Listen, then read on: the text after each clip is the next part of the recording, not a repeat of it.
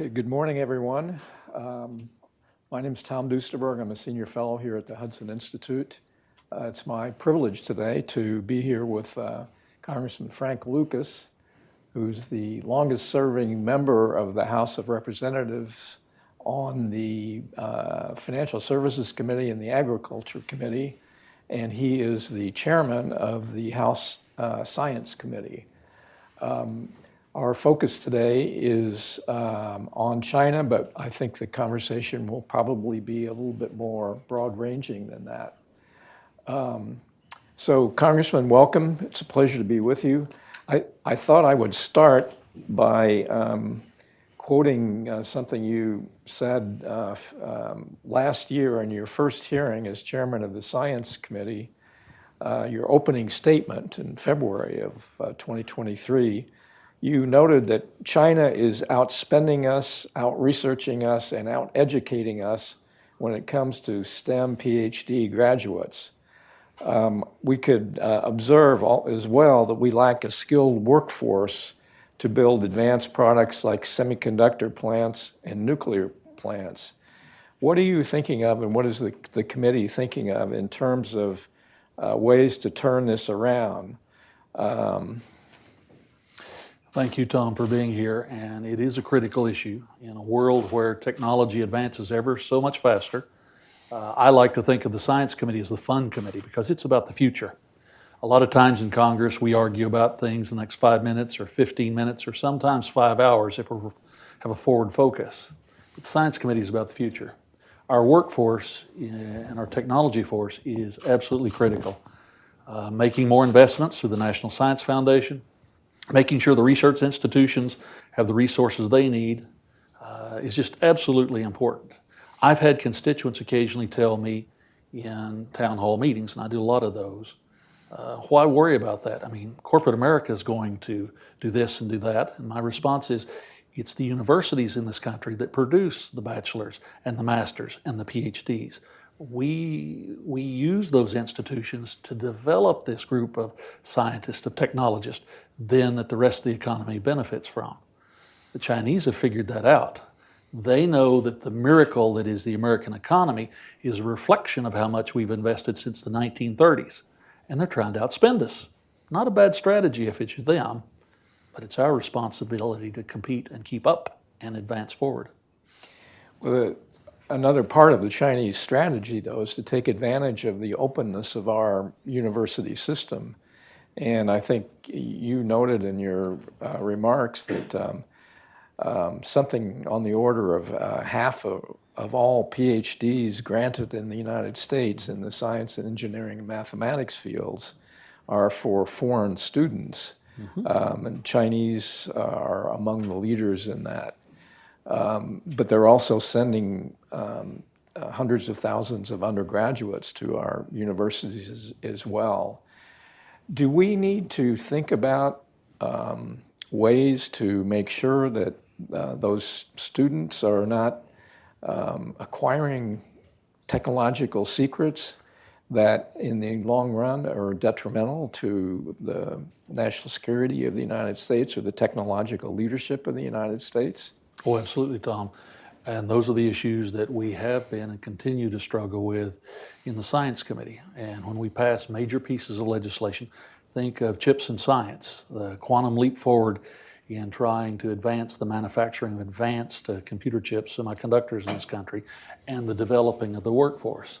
How do we make sure that the university communities in particular, how do we make sure that they know the students that they have? How do we make sure that industry then, when using these federal dollars, they know the integrity of their students? It's a never-ending struggle, and it continues now, and it will continue. I suppose if you believe that imitation or thievery is the ultimate form of flattery, then we're being mightily flattered by the folks in China these days. But it's flattery we have to survive. One thing I observed in looking at our manufacturing industries, which include technology industries as well, and hopefully with the new interest in the semiconductor field and some of the more advanced technologies, we're going to need more students enrolling in the courses that lead up to both the research, but also in the construction field, for instance. We have to have skilled workers to maintain the equipment, say in a semiconductor factory. But a lot of American students don't like to go into those tough fields. Do you have any thoughts on how we can motivate our students to enter those fields? It's hard, it's challenging work. I think it's a part of industry's responsibility to explain to future students, potential students, just what the reward is both economically and intellectually to pursue these fields and the stability. There will always be need for additional scientists and engineers and mathematicians and technologists, making sure that these young people understand that. If the public had half the appreciation for the nature of these fields that maybe they do being a professional sports star, then we would have that same level of enthusiasm to join the industry. Okay. Earlier this year, your committee sent a note, a letter to the director of the National Science Foundation, and I'm not going to attempt to pronounce his name so that I don't mispronounce it. But it was a strong letter, and the subject was the research that was being done in this specific case at the University of California, Berkeley. And it appears that a fairly large amount of money has gone from Chinese companies into this research institution, which is involved, amongst other things, in semiconductor-related research. The CHIPS Act requires institutions of higher education to report any foreign financial support of $50,000 or more to the director of the National Science Foundation. And it appears that monies that have been spent on this joint research lab that includes not only Berkeley, but Texas A&M and some other American higher education institutions. Did you ever get a response to this letter? And is this a major problem that the Congress needs to address more forthrightly in terms of Chinese money going into American universities? First off, Tom, that particular letter, this is still an ongoing process. And a big part of Congress's responsibility is oversight. Doesn't matter which agency of government, doesn't matter which resources. As long as the taxpayers' dollars are involved, and as long as the national security of the country is at stake, oversight's a responsibility. And we're attempting here, I guess the polite way to describe it would be to change the culture. Most academic institutions are resource-starved. They're always looking for additional resources to do their research, to develop the skills and the student body force, the academic group they need, trying to make sure that they're aware of where it comes from and understand that there are limitations on where money can come from and how it can be used. Because after all, if you buy into a project, whoever you are, wherever you may come from, obviously you have an ownership stake in the result. And leveraging taxpayer dollars in such a way to gain insights and expertise to then export, whether it's the people or the technology itself, is not in the best interest of the taxpayers. What are you hearing from your friends in the university community about when questions like this are raised and larger questions about technology being transferred from our great university systems to China? Are the leaders of our universities and research labs, for that matter, aware of the issue? And is there more concern than there was, say, 10 years ago about? Well, absolutely. There's more sensitivity than a decade ago, than even 5 years ago. We're working hard to get their attention, and I believe that we have it. But if you're the leader of a comprehensive research institution, you've got a balancing act between your academic community, your sponsors, whether it's the state or a private entity, your grant providers that you work through, and they too are having to rebalance that relationship amongst all the entities. But they know that we on the Science Committee, and I think the United States Congress in general, mean business on this. There have been too many instances, not worth going into today, where technological breakthroughs in the United States have led to dramatic economic gains in other places around the world. That's not how it's going to continue to work if we on the Science Committee have any control over the situation. Okay, turning to a different subject, there was an election a couple of weeks ago in Taiwan, and seems to have been a free, fair election, and the ruling party retained power. China has been increasingly aggressive, at least rhetorically, but not limited to rhetoric in the last year or two. What should we in the United States and the Congress be thinking about in order to dissuade the Chinese from their aggressiveness towards Taiwan? I think, Tom, we have to adopt a more proactive set of measures to send a clear signal that an invasion of a democracy, a market economy, an entity that, as you noted, freely elected their president not many days ago, will not be tolerated. We all learn from our experiences, and I think a number of my colleagues, after watching the Russians invade Ukraine and the activities that we took that were reactive after the fact, trying to use international institutions and standards and a variety of things to get the Russians' attention, I think most of us realized that was too late. So in the circumstances of Taiwan, the House recently passed a bill of mine, the Protect Taiwan Act, basically to say that from a financial services institution perspective, if China invades Taiwan, then the U.S. representatives on everything from G20 to the international settlement banks to all of the financial institutions that we're a part of will work to expel them.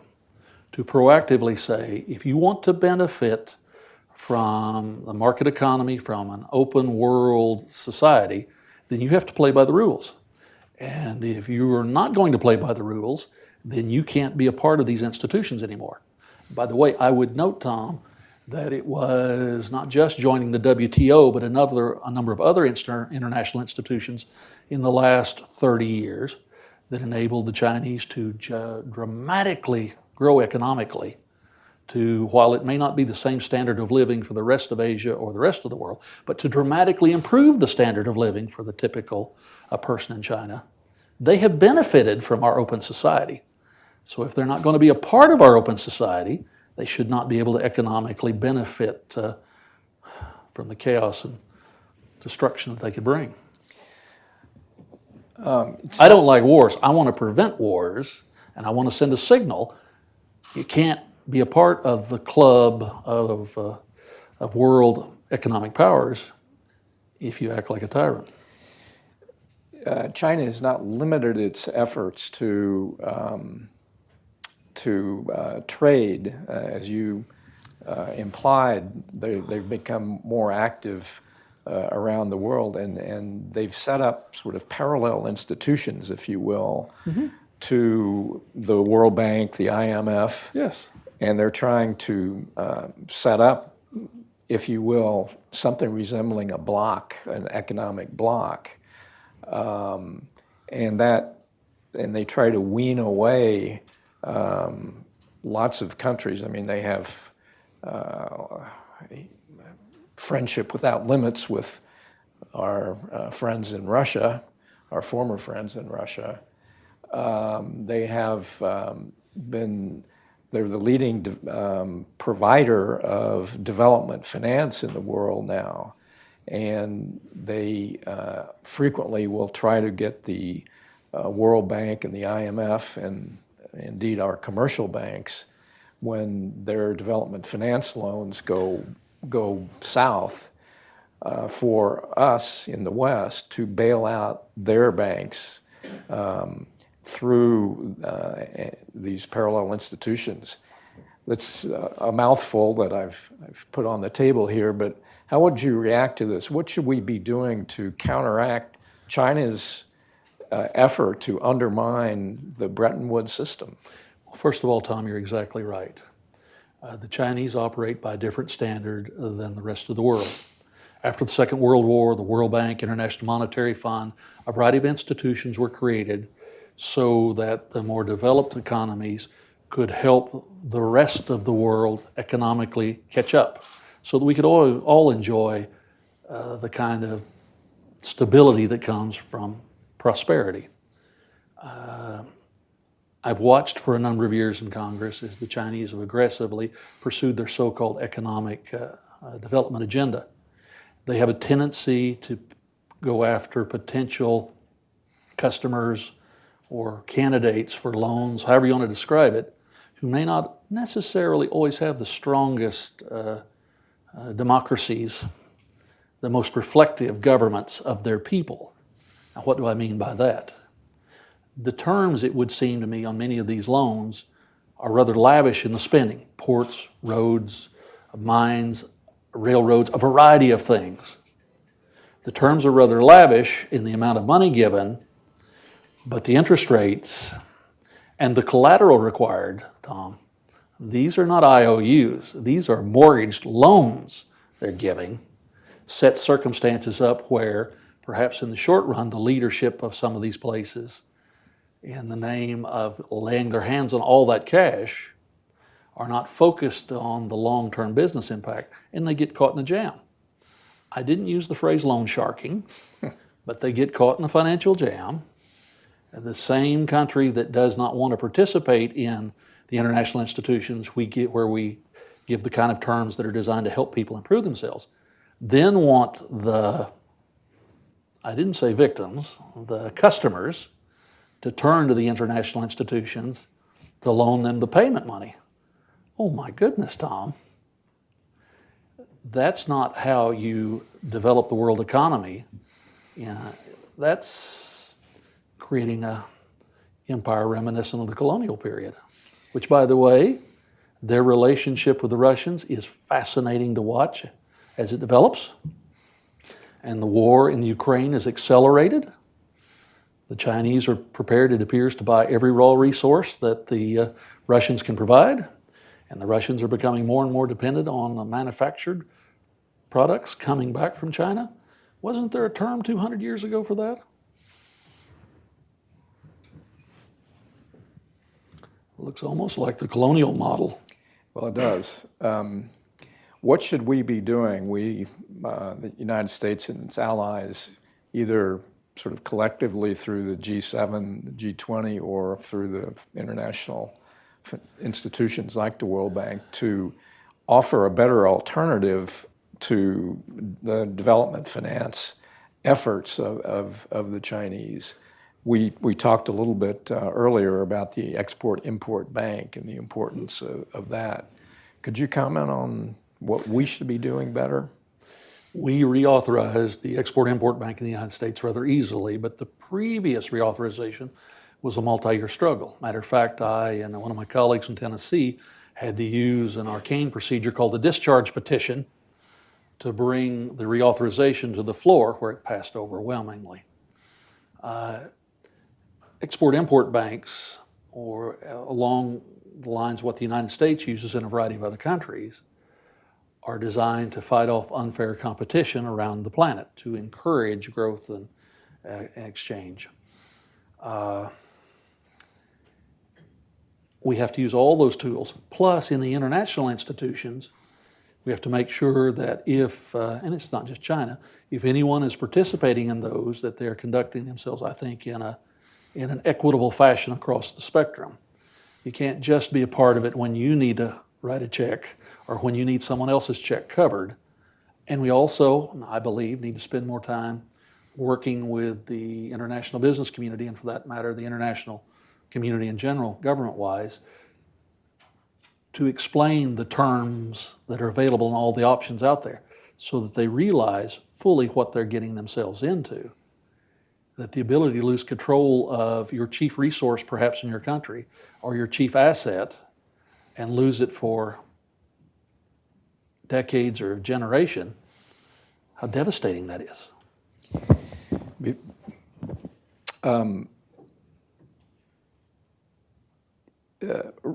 In the last couple of weeks, related to this, the Biden administration announced that it was freezing all applications for either enlarging or building new LNG export facilities. And also earlier, the administration had basically told its representatives in the World Bank and in XM not to support any development of fossil fuel projects around the world. Are these good moves for the United States to make, and is this what our people in the developing world would like to see from us? First off, Tom, a couple of disclaimers. I'm from Oklahoma. We are an agricultural producing area. Every wheat, cattle, grain, cotton. I'm also from Oklahoma, where we are big producers of traditional energy, crude oil. We sit on top of an ocean of natural gas. If the price were high enough, we could produce an amazing amount of natural gas. So I'm a commodities exporting region. In all fairness up front about that. Also, in my role on the Science Committee, I am focused, as the committee is, on the future of energy in general. So when I discuss my science hat, I talk about things like fusion. We are working as a committee, as a nation, for that matter, the modern scientific world, on the next generation of energy. When we are able to combine atoms, fusion, as opposed to splitting atoms, fission, then suddenly we'll have an unlimited, totally clean source of energy. But that takes investment, and it takes time to get there. Step back now to the current set of circumstances. If I show my righteous indignation over the Biden administration's efforts to slow down the export of natural gas, yes, it's because we sell a lot of gas in my part of the country. But it's also because where gas is used to substitute for other fossil fuels, you see the emission levels come down. That's the biggest part of the reduction in emissions in the United States, is because we shifted from coal to natural gas. It's also a geopolitical military issue. When our allies are dependent on natural gas, for instance, from places like Russia, that's a terrible, terrible anchor tied to their ankle. And the fact that we can supplement their sources or offset those sources provides stability for our friends around the world. And then the final issue, of course, is back to the question of the environment. Selling natural gas means people are burning less dirty fuels. So by restricting the export of natural gas, we're actually putting more crap in the air. So I'm horrified all the way around. But elections have consequences every 4 years. So is the Congress looking into this Yes. executive order? I guess it was. Yes. The challenge we have is we have a small Republican majority in the House. The other side controls the Senate, and their party's president is at the White House. So we're going to take action, I think, in the House, but we only control 1/2 of 1/3 of the government right now as Republicans. And just to be upfront about it. Okay. Let me go back to Taiwan for just Yes. one more question, and it's broader than Taiwan, but there have been intermittent discussions with the Taiwanese about something approaching a free trade agreement with that island democracy. And there's also a more general question of what we should be doing on the global trade front, again, to try to fight back against the Chinese efforts to build their own trade blocs. Should we have a free trade agreement with Taiwan, or should we think about going back to the TPP, the Trans-Pacific Partnership, and find a way that maybe to renegotiate it a little bit and rejoin that?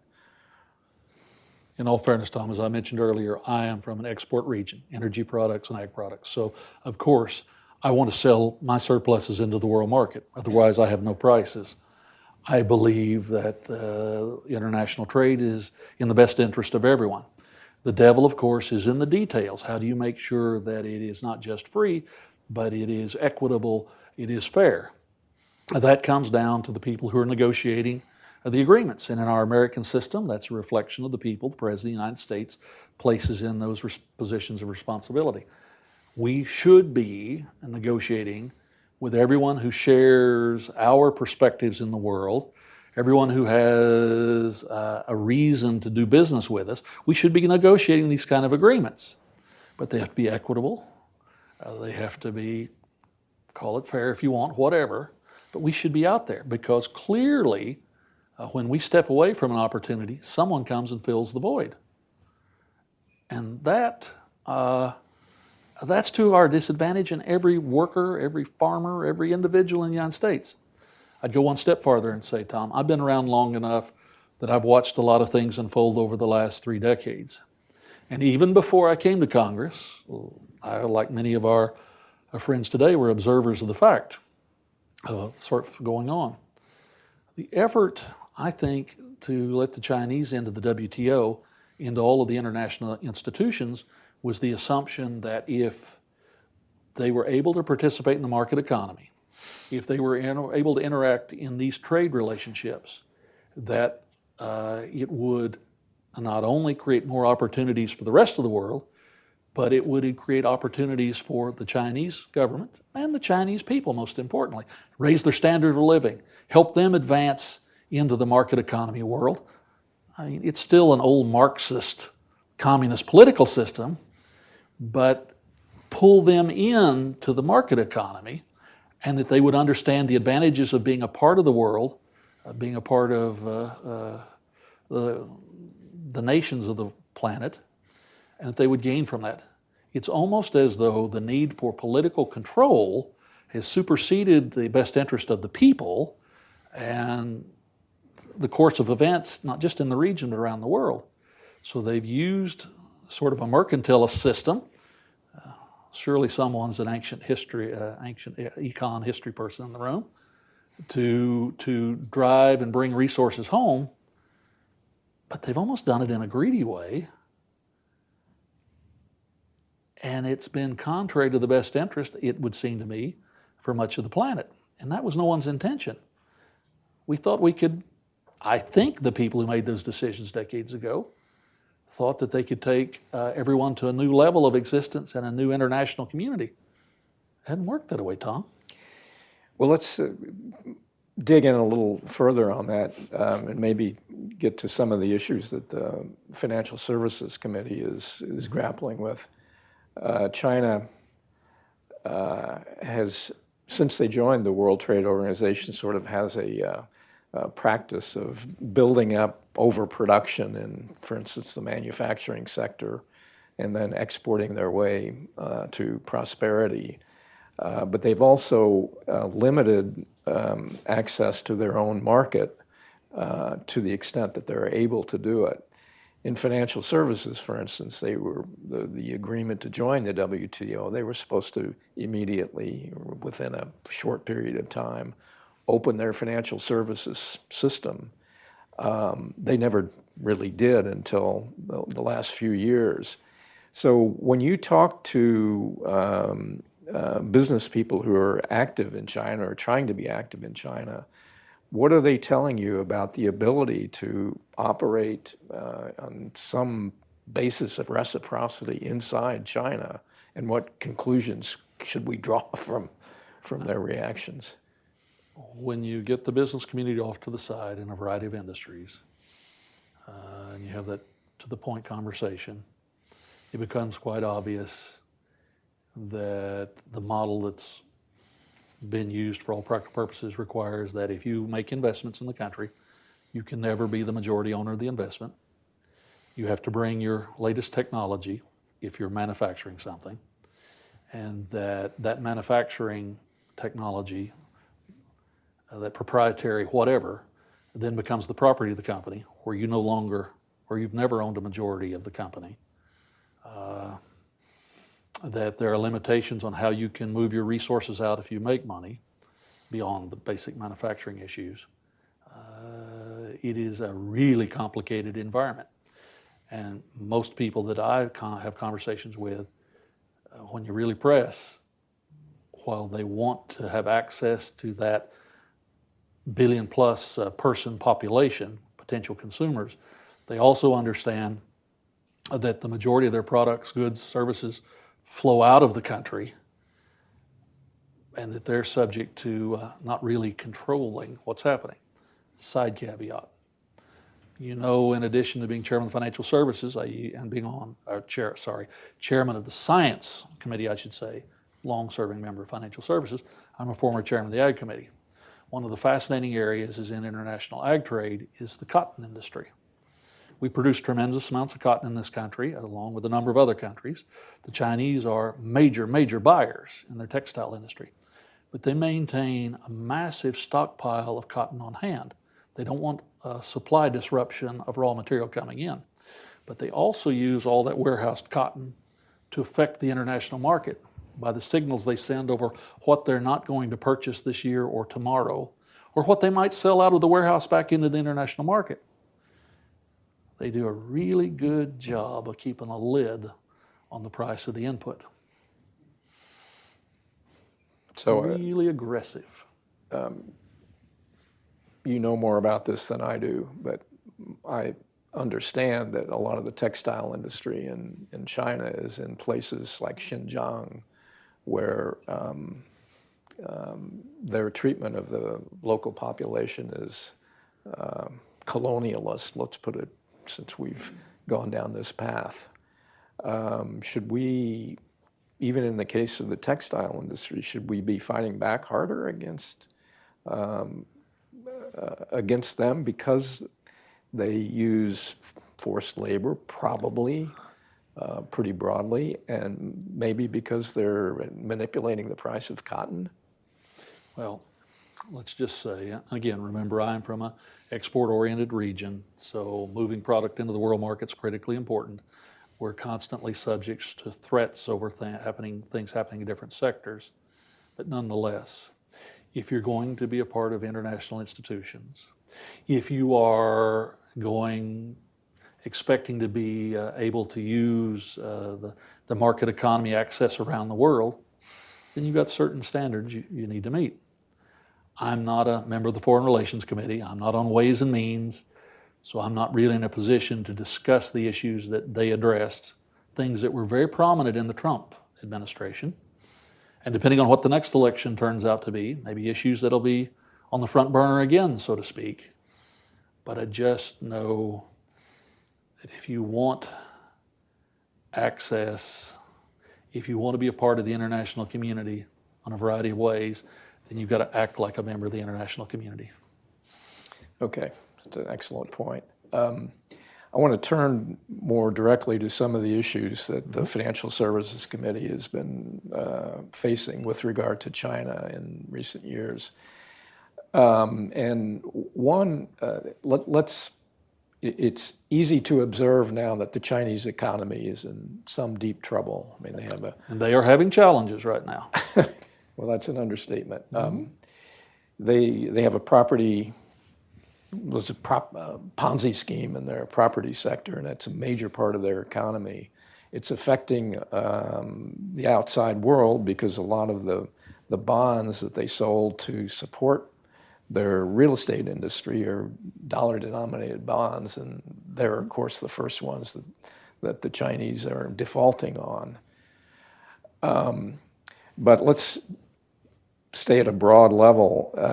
China needs both the American and the Western financial markets because they're an over-leveraged economy, and their own stock market, their own financial market is cratering.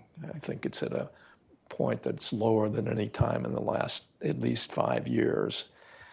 So there's been a debate in the Congress about whether or not we should give them full access to our deep financial markets, and whether or not there should be some limits on outward bound investment to limit what the Chinese are able to access. I mean, this is includes access to technology.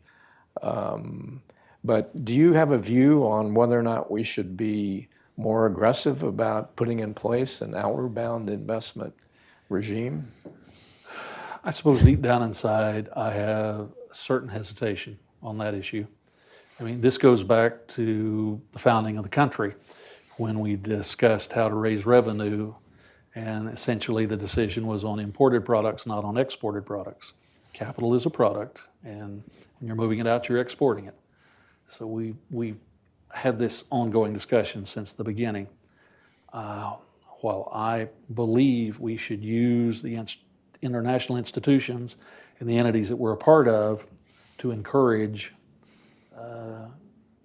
modification of behavior, nonetheless, sometimes if you're foolish enough to send your damn money, you should be able to do it.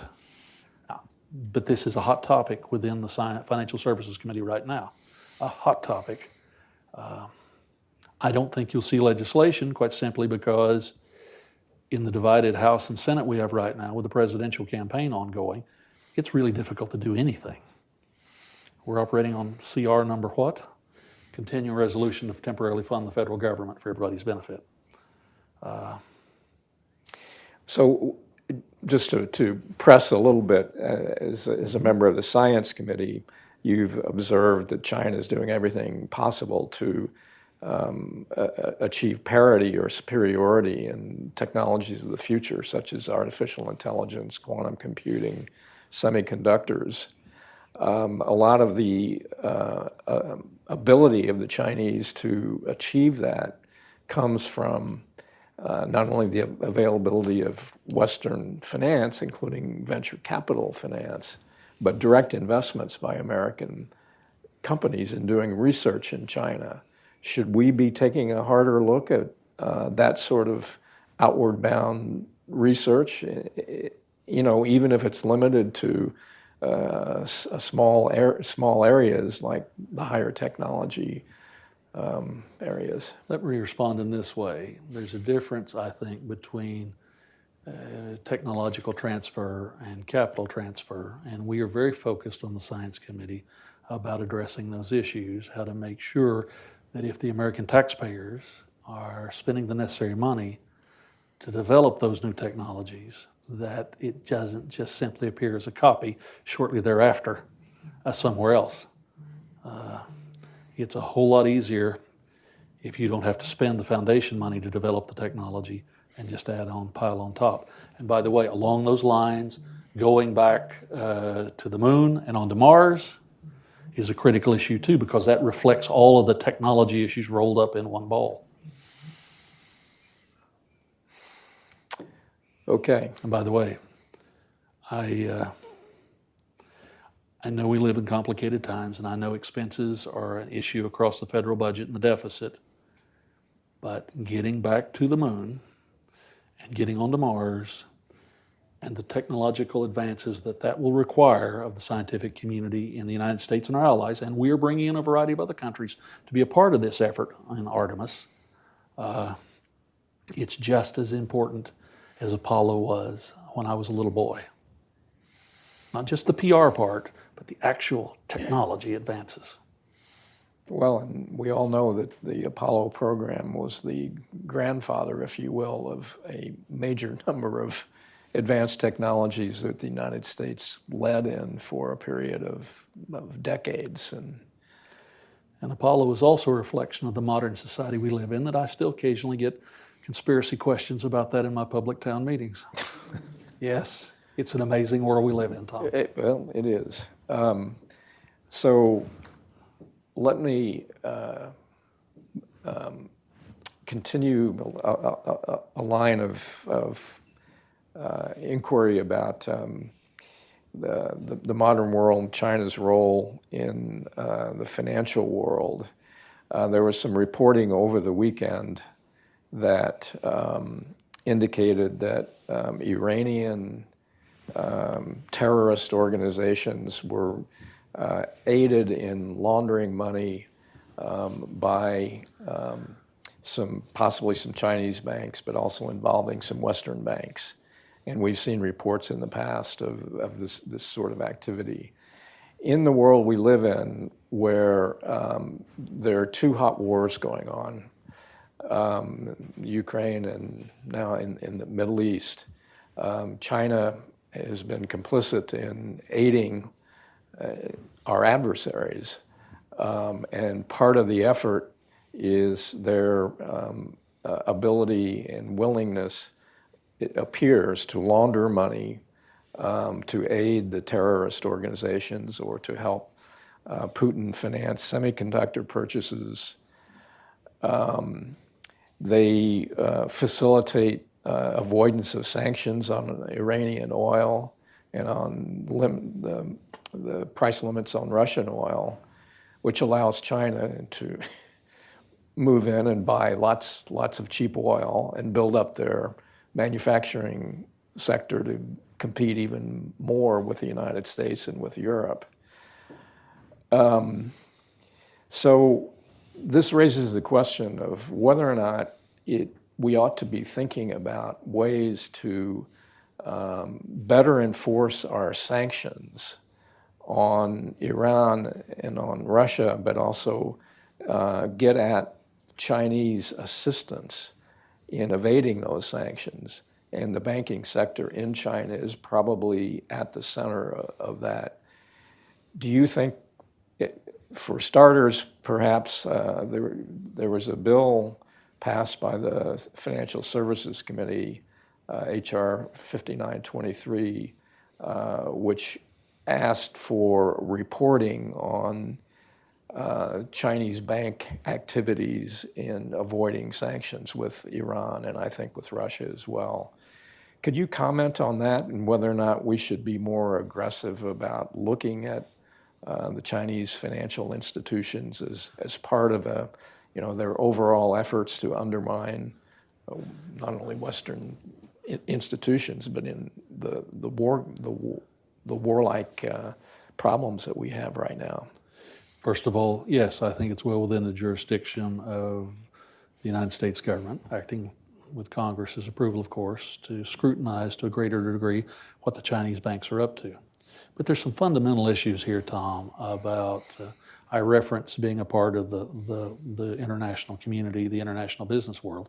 There's some fundamental questions in how the leadership of the country views their responsibilities and their interaction with the rest of the planet.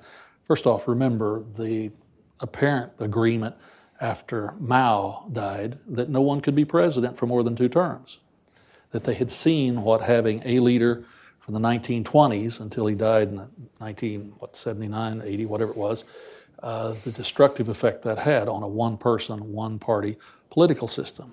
And essentially the agreement, it would seem, that no president should serve more than 2 terms. I believe our president now is in his 3rd term, correct? And no indication of leaving after that even.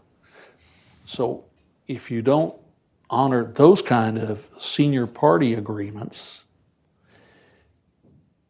and if the goal of prospering economically so that you can prosper militarily is what you're angling for, yeah, why worry about blackmailing or leveraging or manipulating everyone and everything to your own advantage? There's just a pattern. It's just a pattern. Again, at the time, the world invited the Chinese leadership and the country to join the international community. The assumption was that would change the conduct, the attitude, their ways of doing things, thinking. It is not. If anything, they have gamed the system amazingly well and dramatically so economically. But if you look at the standard of living, which is in China for the average Chinese, is dramatically better than it was 30, 40 years ago, it's still lesser than many of their neighbors, and certainly the Western developed world. I just think we have to assume, to use an old Western Oklahoma phrase, that we're dealing with a porcupine, and we've got to be real careful when we hug it, because the quills are everywhere, and they're pointed out. Now, if you're not from real Western Oklahoma, you may not appreciate that, but there is validity to the point. Okay, we've had a wide-ranging and very interesting discussion. Let me end with just one more question on the theme of China's challenge to the Western system. What is, in your view, the single most important thing that we ought to be doing that would get China's attention and maybe get them thinking about changing the direction of their behavior? I think whether it's access to international finance communities, access to international markets, a variety of issues, trying to get across to them that if you want to benefit from the developed world, then you have to act like you're a part of the developed world. I would also go so far, Tom, as to say, I worry a little bit personally, and not just the property boom that's become a bust in China, and not just the gyrations they're going through their equity markets in their form of the stock market. I worry that the leadership of the country, in order to maintain political stability, which means control, may do things, whether it's their neighbors in Taiwan or participating in other international struggles around the planet, that they may become engaged in things to distract attention from the problems at home. We watched that in the 1930s in the international world. Unintended consequences are always the greatest threat to stability. And we have to see if this present leadership is willing to put the best interest of their country, which obviously I think is best interest of the world, ahead of their own political agenda, their own economic agenda. Because remember, the president and his family, as I understand it, suffered during the Cultural Revolution. And if you'd been in a position of advantage and suddenly sent out to the farms to dig in the fields, you might not ever want to give up control again. Just maybe, Tom. Okay, on that note, let me thank you, Congressman, for this enlightening discussion. Let me thank you for your service over the course of the last 30 years, and we look forward to your leadership as we move ahead and try to address these challenges. And don't expect me to be invited to China anytime soon. Okay. And thank you to our audience for your attention, and I hope it was of interest to a broad variety of people. So, thank you. Thanks, Tom.